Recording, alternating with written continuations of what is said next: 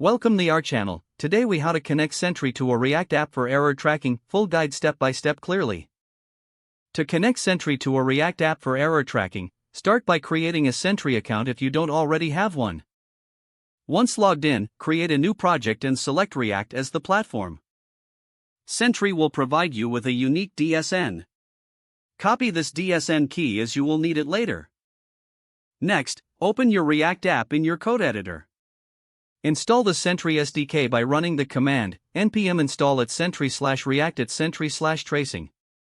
Once the installation is complete, locate the entry point of your React app, typically found in index.js or app.js. Import Sentry at the top of the file using import * as Sentry from at sentry/react and import tracing from at sentry/tracing. Initialize Sentry by calling sentry.init and pass in an object containing your DSN. You can also enable performance monitoring by adding the traces sample rate property in the initialization object. This property determines the percentage of transactions to capture, typically set between 0 and 1. Now, wrap your main component with the Sentry error boundary.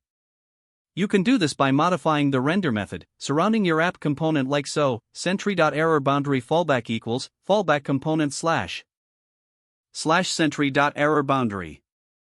Create a fallback component that will be displayed when an error occurs. This could be a simple message informing users something went wrong. Now, to test the integration, you can trigger an error intentionally in one of your components. For example, you could create a button that throws an error when clicked. After implementing the error, run your application and visit the specific component. Click the button to trigger the error and check your Sentry dashboard. You should see the captured error along with the stack trace and any additional context. Congratulations, you have successfully connected Sentry to your React app for error tracking. This setup will help you monitor errors and improve the reliability of your application. If the page does not load, refresh the browser or try again in a private or incognito window. Make sure you are using the correct email address, then retype it carefully to avoid small typos.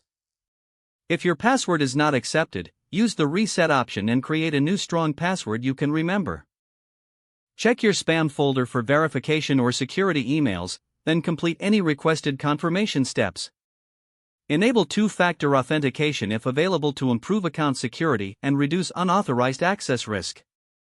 Don't forget to like this video and subscribe to our channel for more step-by-step tech guides.